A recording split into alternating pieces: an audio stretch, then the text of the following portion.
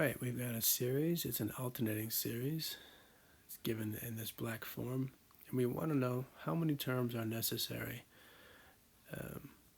to approximate what the infinite sum is equal to within 0.005. So with an alternating series, we know that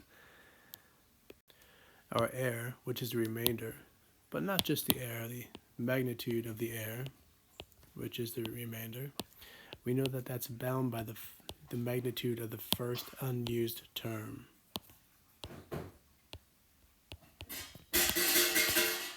And we need this to be smaller than 0.005. So the magnitude of the first unused term will be 1 over n plus 1 to the fifth. We don't need those at this point.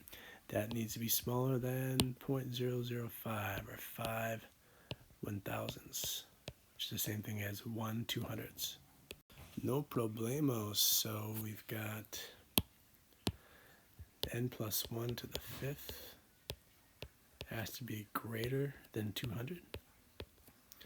So 200 to the 1/5 power has to be less than n plus 1.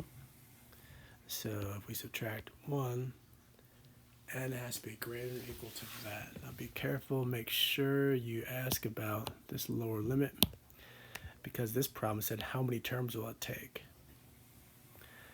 And if this had started at 0, then if n was 3, if this starts at 0, that would be 4 terms.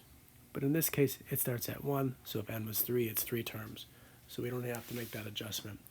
So our number of terms will have to be bigger than the 5th root of 200 minus 1, which is choice B. And you notice you didn't have to worry about whether it is greater than or equal to. These happen to be greater than or equal to.